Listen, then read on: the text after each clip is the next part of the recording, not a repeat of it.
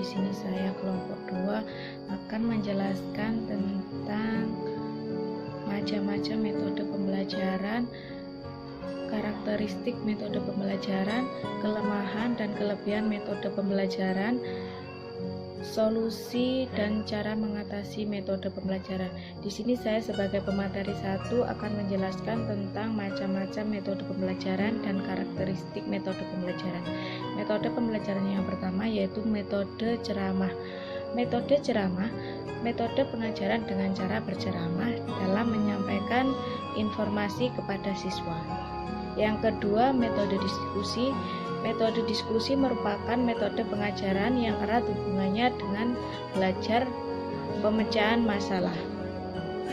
Metode ini biasanya dibuat dengan diskusi berkelompok. Yang ketiga, metode demonstrasi, yaitu metode yang digunakan pengajaran dengan proses menggunakan benda atau bahan ajar pada saat pengajaran. Yang keempat, metode ceramah plus, yaitu sistem pengajaran dengan menggunakan ceramah lisan disertai metode lainnya. Yang selanjutnya, metode resitasi. Metode resitasi merupakan metode mengajar dengan siswa yang harus membuat resum tentang materi yang sudah disampaikan guru dengan menuliskannya pada kertas dengan menggunakan bahasa sendiri. Yang selanjutnya yaitu metode percobaan. Metode percobaan merupakan pengajaran dengan menggunakan action berupa praktikum atau percobaan lab. Masing-masing siswa biasanya mampu melihat proses dengan nyata dan belajar secara langsung.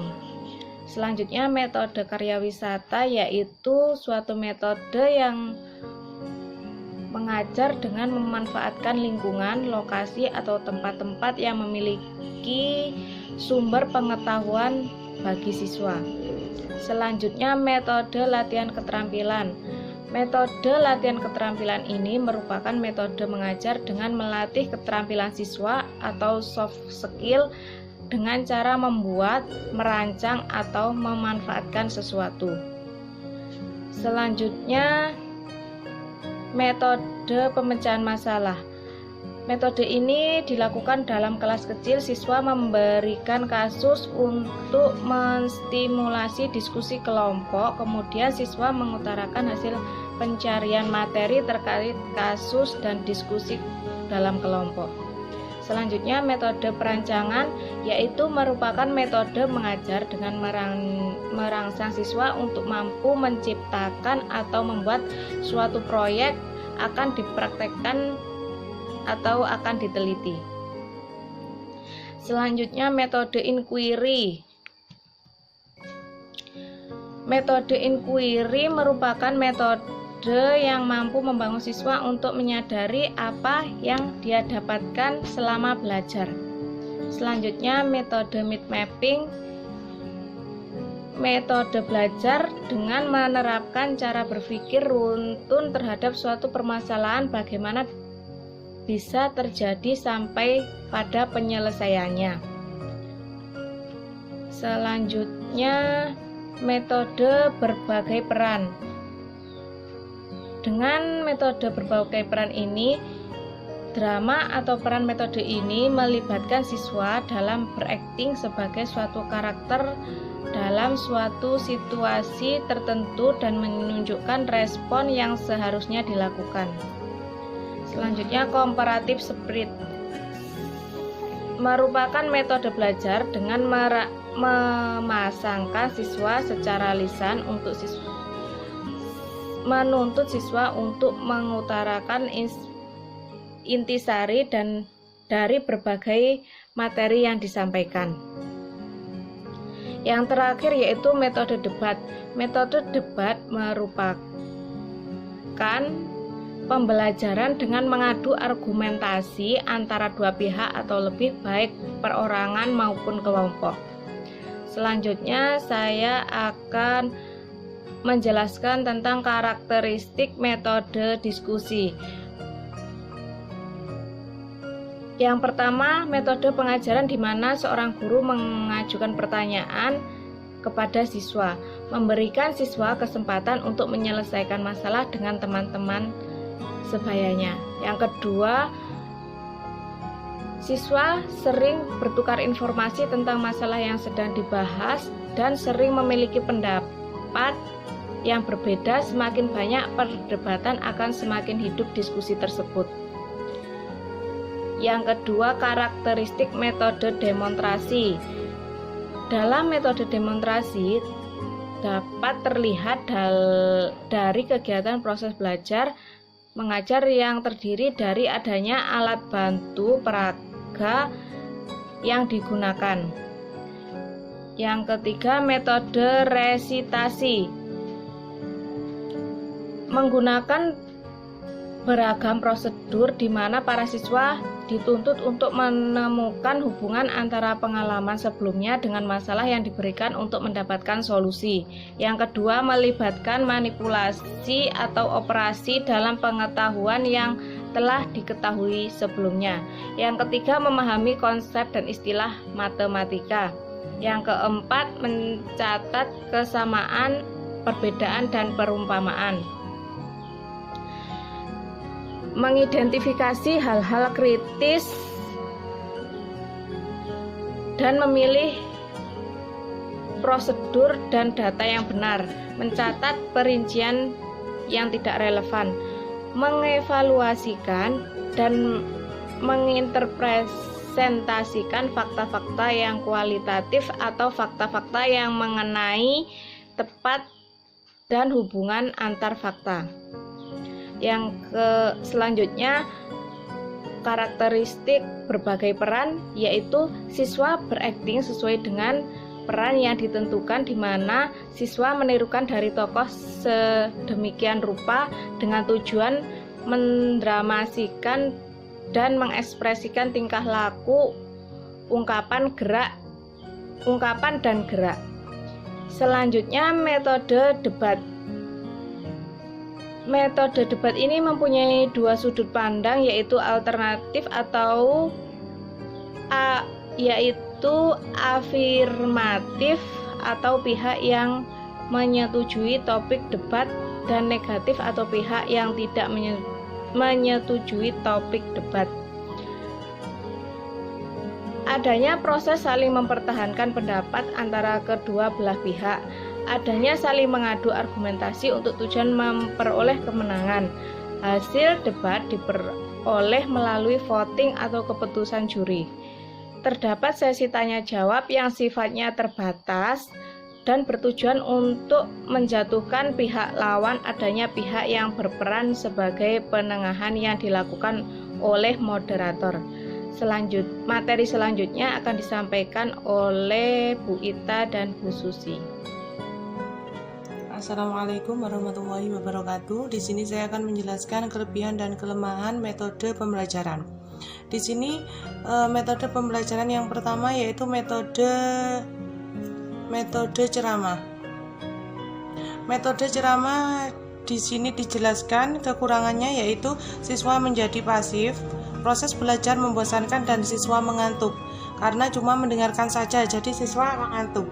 Terus yang kedua yaitu yang selanjutnya, kelebihan dari metode ini antara lain yaitu mendorong siswa untuk menjadi lebih fokus, karena kalau tidak fokus mungkin pasti siswa tidak akan paham, karena dengan metode ini cuma bisa harus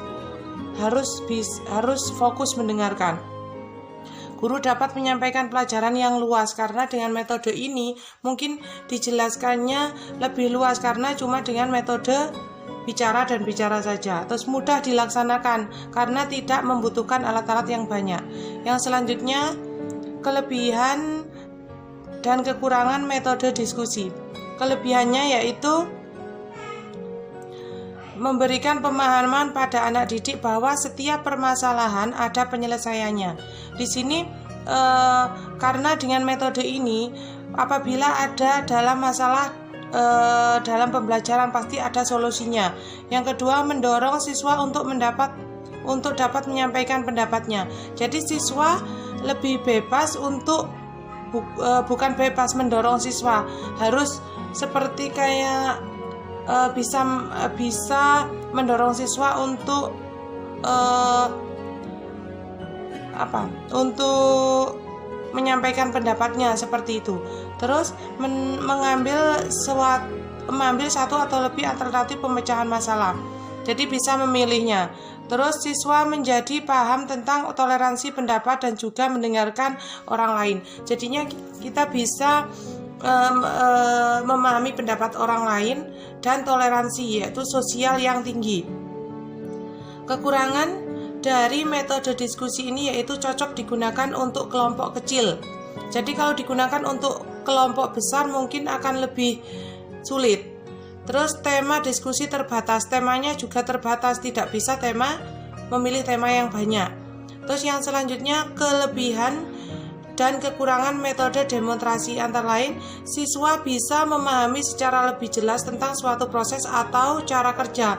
Karena di sini metode ini yang digunakan yaitu proses atau cara kerja, caranya bagaimana, prosesnya bagaimana, seperti itu.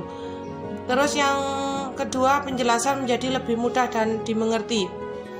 Terus yang ketiga, meminimalisir kesalahan dalam menyampaikan materi lisan karena bukti konkret bisa dilihat. Karena di situ bukti konkret bisa dilihat, jadi kita bisa melihat apakah pembelajaran materi itu salah atau benar, itu bisa dilihat dari konkretnya. Terus yang selanjutnya, kelebihan dan kekurangan metode resitasi. Siswa menjadi lebih ingat dengan materi karena telah menuliskannya dengan resume.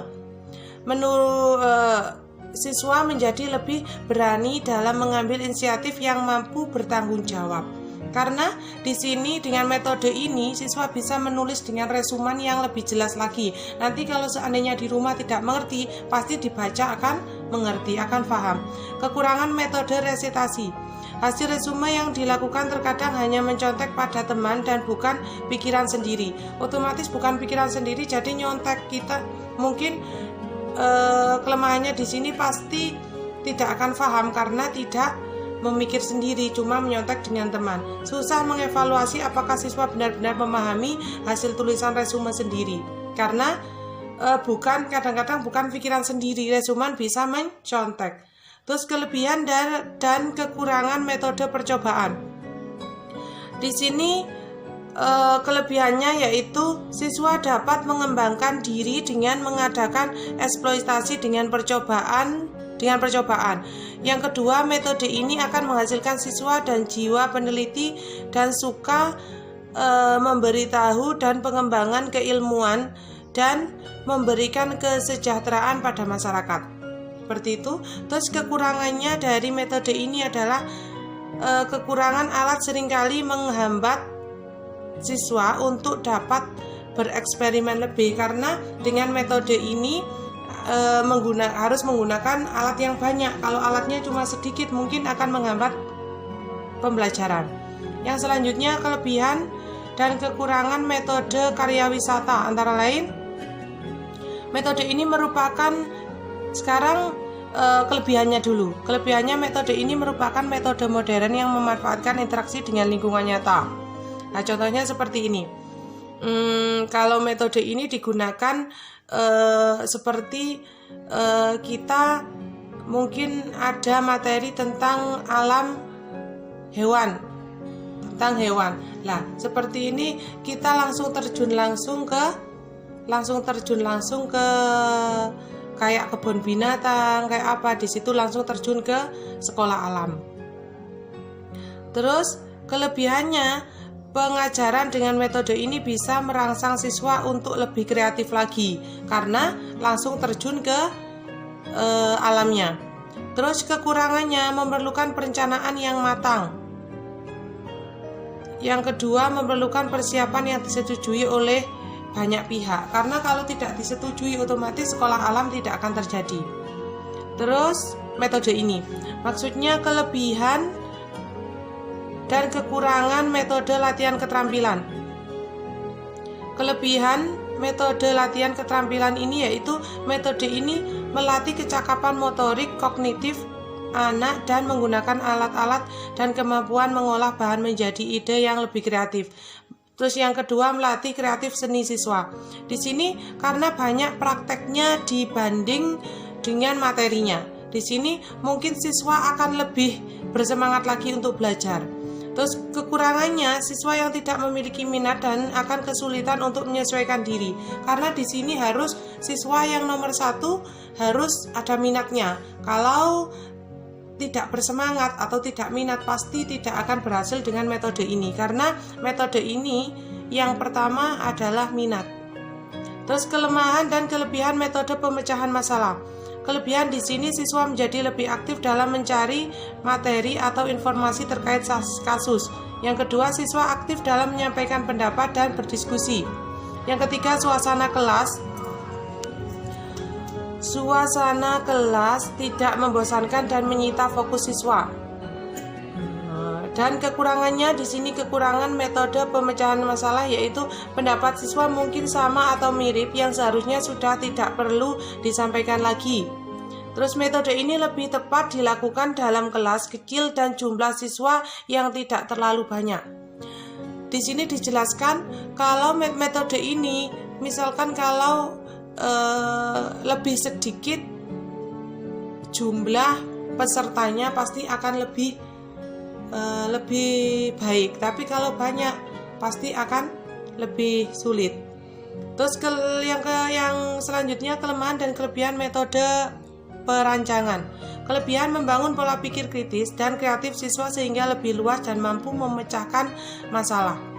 Terus yang kedua, metode ini mengasahkan siswa untuk dapat mengintegrasi pengetahuan, sikap, dan keterampilan secara terpadu dan berguna nyata dalam kehidupan sehari-hari. Di sini kelebihannya yaitu membangun pola pikir. Pola pikir yang kritis itu seperti kayak semangat belajar seperti itu. Terus yang kekurangannya yaitu kurikulum yang ada belum menunjang metode pengajaran ini. Metode ini hanya bisa dipelajari atau diperoleh ketika ada event perlombaan. Seperti itu. Terus kekurangan dan kelebihan metode inquiry. Kelebihannya di sini metode inquiry yaitu model pembelajaran inquiry membantu guru serta simultan menit. Jadinya bisa lebih menyita waktu, lebih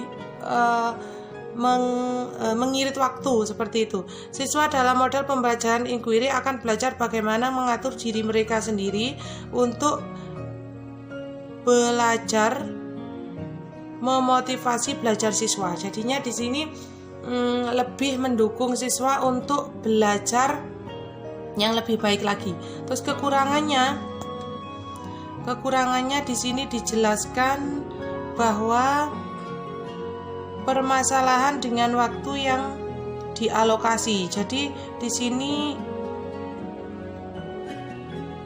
dijelaskan permasalahan dengan waktu yang dialokasikan. Jadi terbatas. Terus yang kedua, akan terjadi pada akhir suatu pembelajaran inquiry bisa saja setelah berupaya dan kerja keras yang dilakukan oleh siswa dari pembelajaran tersebut. Yang selanjutnya yaitu kelebihan dan kekurangan metode mind mapping. Kelebihan, cara ini lebih efektif dan efisien. Yang kedua, ide-ide baru bisa muncul dengan menggambarkan diagram-diagram. Terus kekurangannya yaitu hanya siswa yang aktif yang mampu terlibat. Kalau siswa yang tidak aktif pasti akan kesulitan. Beberapa detail informasi tidak masuk dalam mapping.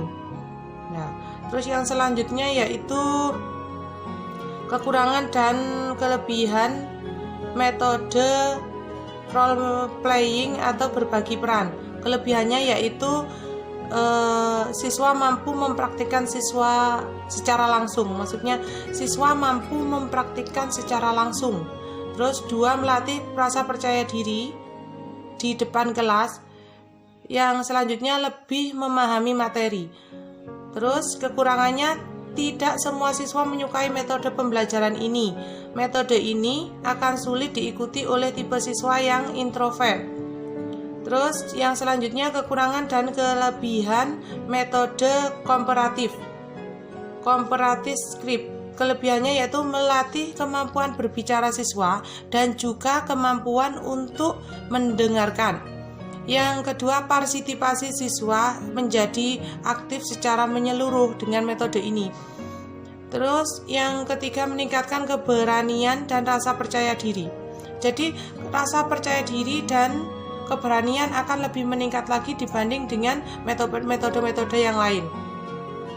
Terus kekurangannya hanya bisa digunakan untuk mata pelajaran tertentu, jadi tidak bisa digunakan untuk semua mata pelajaran. Kekurangan dan kelebihan metode debat. 1. Melatih kemampuan berpendapat dan mempertahankan pendapat siswa. Melatih kerja kelompok, terus menuntut siswa untuk mencari informasi yang kuat untuk argumentasi. Melatih rasa percaya diri dalam berpendapat. Jadinya mungkin kalau siswa yang dulu tidak suka berpendapat pasti akan suka berpendapat. Terus kekurangannya seringkali justru merebut dalam memberikan pendapat. Terus adu argumen, tidak menemukan titik penyelesaian. Terus solusi mungkin itu yang bisa saya sampaikan. Ada kurang lebihnya mohon maaf. Saya akhiri. Wassalamualaikum warahmatullahi wabarakatuh. Assalamualaikum warahmatullahi wabarakatuh. Saya sebagai Susilawati, sebagai pemateri ketiga, di sini saya akan menjelaskan tentang solusi untuk mengatasi kelemahan metode pembelajaran. Yang pertama yaitu metode ceramah. Solusi untuk mengatasi kelemahan metode ceramah adalah guru harus mengulangi isi ceramahnya dalam bentuk pertanyaan-pertanyaan, dan di akhir pembelajaran guru harus memberi tugas mandiri terkait materi yang diajarkan. Untuk menghilangkan kesalahpahaman terhadap materi yang disampaikan, guru dapat memberikan keterangan dengan gerak, misalkan bisa juga menggunakan alat peraga. Dan juga metode ceramah harus diselingi dengan metode lain agar anak tidak bosan. Yang kedua, solusi untuk mengatasi kelemahan metode diskusi. Guru harus mengusahakan agar seluruh murid dapat berpartisipasi dalam diskusi. Diusahakan supaya murid mendapatkan giliran bicara dan murid lain bersabar mendengarkan pendapat temannya. Guru juga harus memperhatikan taraf kemampuan murid, tingkat kesukaran yang memerlukan pemecahan masalah yang serius agar dipimpin oleh guru. Kalaupun diskusi dipimpin langsung oleh murid, hendaknya diatur secara bergiliran. Guru juga tidak boleh mempercayakan sepenuhnya menyerahkan sepenuhnya kepada murid. Yang ketiga, solusi untuk mengatasi kelemahan metode demonstrasi. Guru harus terampil dan melengkapi sumber dan alat media untuk melakukan metode demonstrasi, serta guru harus mengatur waktu sebaik mungkin dan membuat rancangan serta persiapan yang sebaik mungkin. Selanjutnya, solusi untuk mengatasi kelemahan metode resitasi.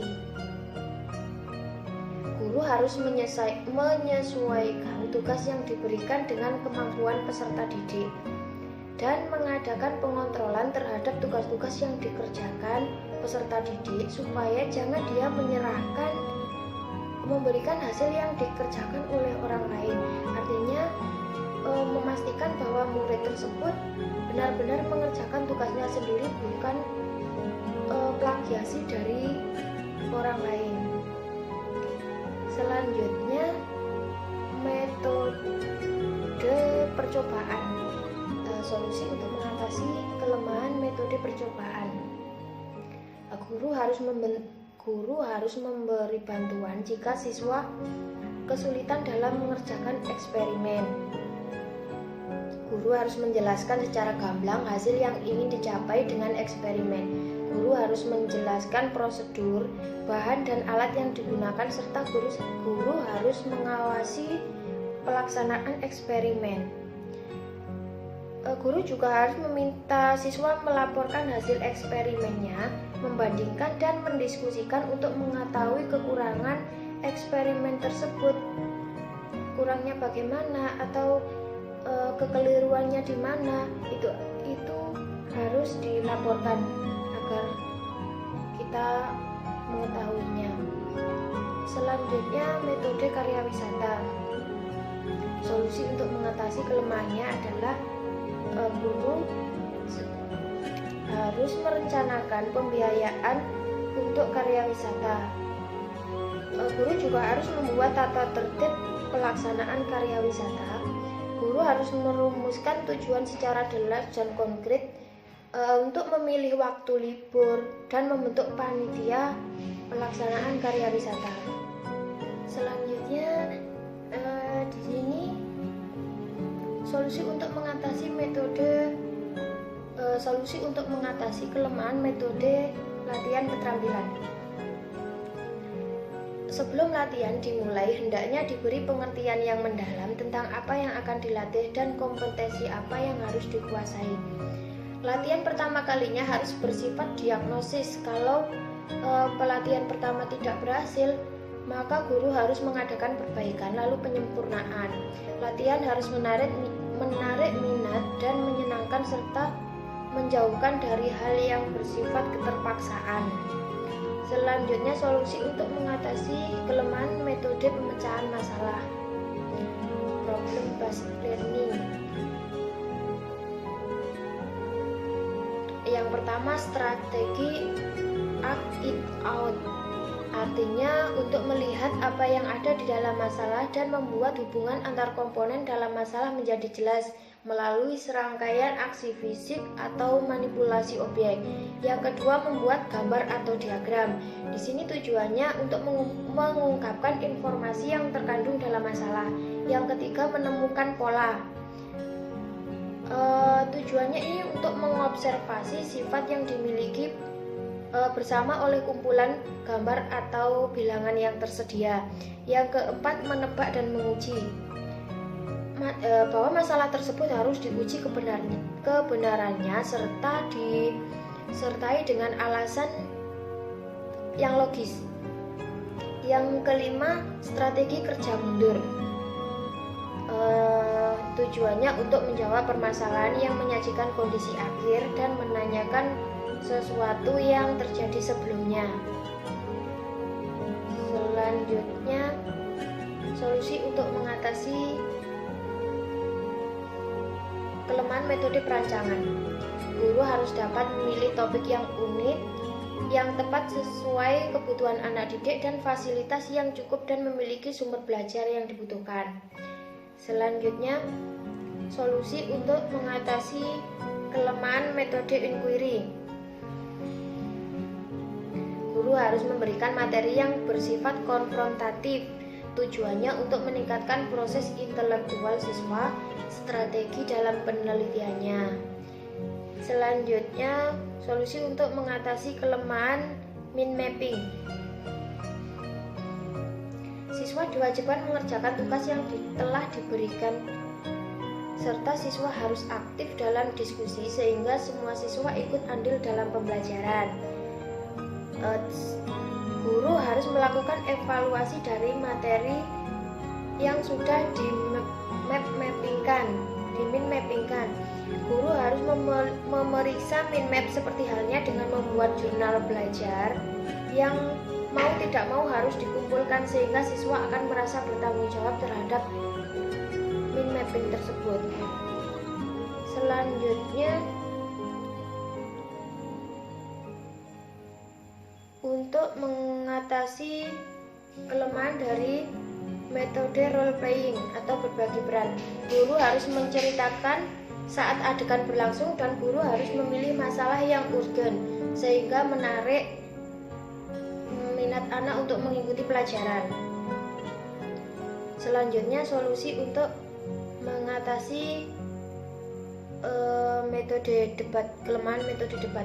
Guru harus bisa menengahi saat terjadi perdebatan, saat penyampaian pendapat itu harus tidak boleh berebut.